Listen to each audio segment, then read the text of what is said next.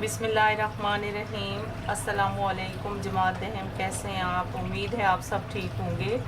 حصہ سوم پاکستان اور بین الاقوامی امور، باب ششم میں پاکستان اور بین الاقوامی تنظیمیں، اقوام متحدہ کی اہمیت، اس کے بنیادی ادارے اور اس کے مقاصد، عالمی امن کے قیام میں اس کا کردار، پاکستان کے دیگر ممالک کے ساتھ خارجہ تعلقات، خاص طور پر سارک ممالک، OIC ممالک، برطانیہ اور دولت مشترکہ کے حالات کا جائزہ لے سکیں گے، اور مسئلہ کشمیر، افغانستان اور فلسطین کے مسائل اور ان کے حل کے لیے جو ہے وہ اقوام متحدہ کو پیش مشکلات کا تجزیہ یعنی جائزہ کر سکیں گے۔ تو آتے ہیں ہم شارٹ MCQs کی طرف۔ اقوام متحدہ کی سلامتی کونسل نے قرارداد 1947 کا منظور کی، جس میں جموں کشمیر میں رائے شماری کا مطالبہ کیا گیا 21 اپریل 1948 کو۔ نمبر 2 ہے اقتصادی تعاون۔ ECO تنظیم کب قائم ہوئی؟ 15 دسمبر 1985 کو۔ نمبر 3 اقوام متحدہ کے اہم اداروں کا ایک اہم مقصد کیا ہے؟ بین الاقوامی امن و سلامتی کو برقرار رکھنا۔ نمبر 4 پاکستان نے اقوام متحدہ کی سلامتی کونسل UNSC میں کون سا کردار ادا کیا؟ غیر مستقل رکن کا۔ پاکستان نے سارک میں کس طرح اپنا کردار ادا کیا؟ علاقائی اقتصادی تعاون کو فروغ دے کر۔ نمبر 6 پاکستان اور چین کے درمیان کون سا منصوبہ رابطے اور اقتصادی تعاون کو بڑھانے کا مقصد رکھتا ہے؟ پاکستان چین اقتصادی راہداری۔ نمبر 7 اقوام متحدہ کشمیر کے تنازع کو حل کیوں نہیں کر سکتی؟ یہ دونوں اس میں آپشنز ہیں۔ زیادہ بہتر جو ہے وہ جغرافیائی سیاسی پیچیدگیاں اور فریقین کی مخالفت ہے، تو بہرحال آپ ان دونوں کو ٹک کر لیں، لیکن یہ زیادہ بہتر ثابت ہو رہا ہے۔ یہ آئی تھنک کہ یہ ایگزیکٹ ہے بالکل آنسر۔ نمبر 8 ECO کے رکن ممالک کون سے گیس پائپ لائن منصوبے کے حامی ہیں؟ Turkmenistan, Afghanistan, Pakistan Bharat pipe line. Number 9 تنظیم تعاون اسلامی OIC میں پاکستان کا کیا کردار ہے؟ مسلم دنیا کے سیاسی اور سماجی مسائل کو حل کرنا۔ نمبر 10 درج ذیل میں سے کون سا بیان ٹرسٹی شپ کو کونسل کے بارے میں صحیح ہے؟ ٹرسٹی شپ کونسل کو ٹرسٹ علاقے کی انتظامیہ کی زیر نگرانی، یا یہ ٹرسٹی شپ کونسل نے 1994 نے اپنی کارروائی معطل کر دی؟ ان دونوں میں سے یہ کریکٹ ہیں۔ مختصر جوابات دیں۔ اقوام متحدہ مسئلہ کشمیر حل کرنے میں کیوں ناکام رہی؟ پیج 31 اور 32 پہ آ جائیے۔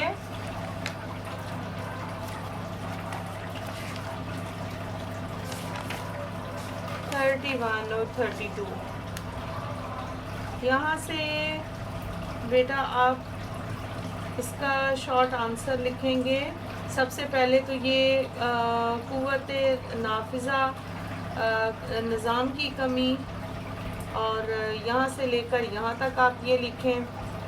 اس کے بعد آپ آ جائیے بھارت کی دو طرفہ طریقہ کار کی ترجیح، یہ پہلی 2 لائنیں اس میں شامل کر لیجئے،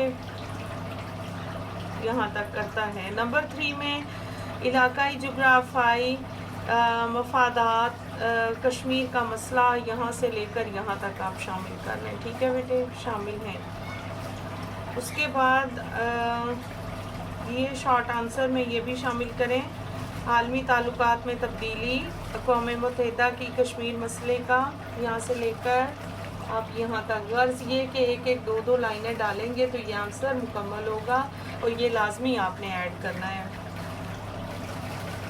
اگلا کوشچن ہے بھارت کے کشمیر کی خود مختار حیثیت کو یک طرفہ طور پر منسوخ کرنے کے لیے، یہ 127 پیج پہ آئیے،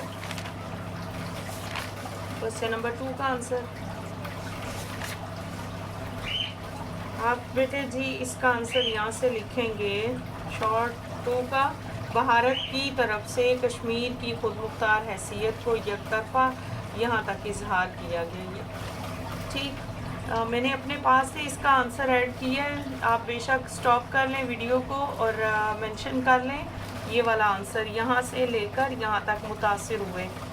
پہلی بات ہے وہ میں سمجھا چکی ہوں، یا تو وہ لکھ لیجئے یا پھر اس کو ایڈ کر لیجئے گا۔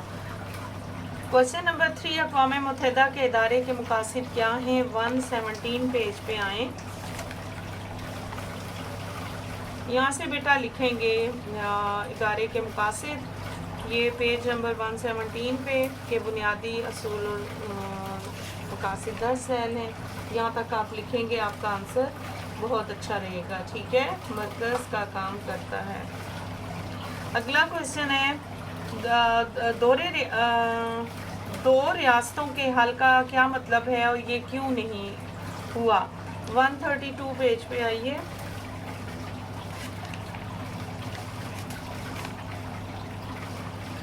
کوسچن نمبر 4 آپ یہاں سے لکھیں گے بیٹے، پہلی بات ہے کہ یہ ہیڈنگز بے شک لکھ لیں دونوں، اور اگر نہیں ہیڈنگ لکھیں گے تو اچھے مارکس آئیں گے۔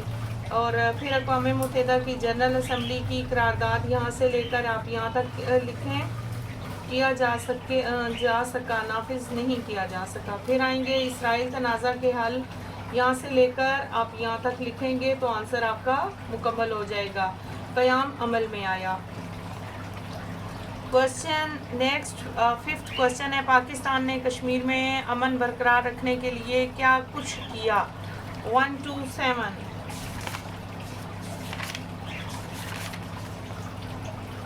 کوسچن 5th ہے، آپ یہاں سے لکھیں کہ کشمیر کی حمایت مسئلہ کشمیر کی، کہ پاکستان نے OIC اور یہاں تک بات کی اور یہ کراس کر دیا ہے میں نے، آپ دیکھیں، پھر آپ ایڈ کریں گے یہاں تک لکھیں گے جی۔ اس کے بعد ہے اقوام متحدہ کی ٹرسٹی کونسل کا کام کیا ہے؟ کون سے پیج پہ ہے؟ 120 پیج، 120 پیج پہ آ جائیے جی، یہاں سے لکھیں گے بیٹا ٹرسٹی شپ کونسل، یہاں سے لے کر یہاں تک جا سکے۔ اگلا کوسچن ہے، پاکستان نے دہشت گردی کے خلاف کیا اقدامات کیے؟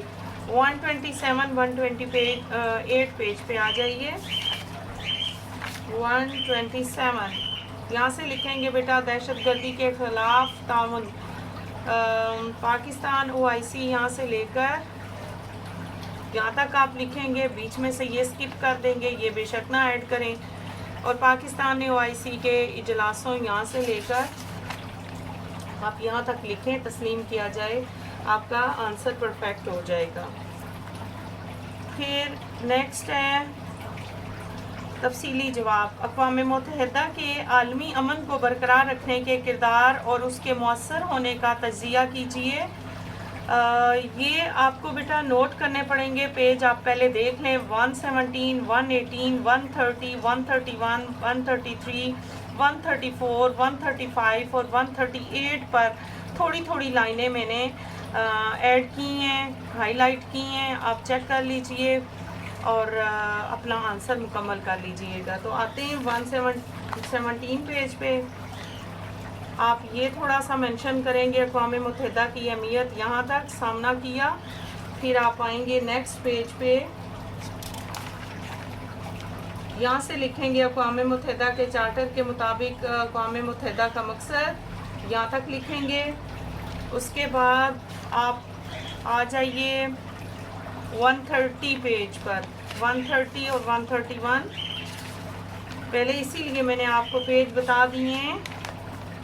130 جی، یہاں سے آپ ایڈ کریں گے مسئلہ کشمیر کا مسئلہ، یہاں تک لکھیں گے، پھر آپ آئیں گے یہاں سے لکھیں گے اقوام متحدہ کے کشمیری مسئلہ کو حل کرنے کے لیے،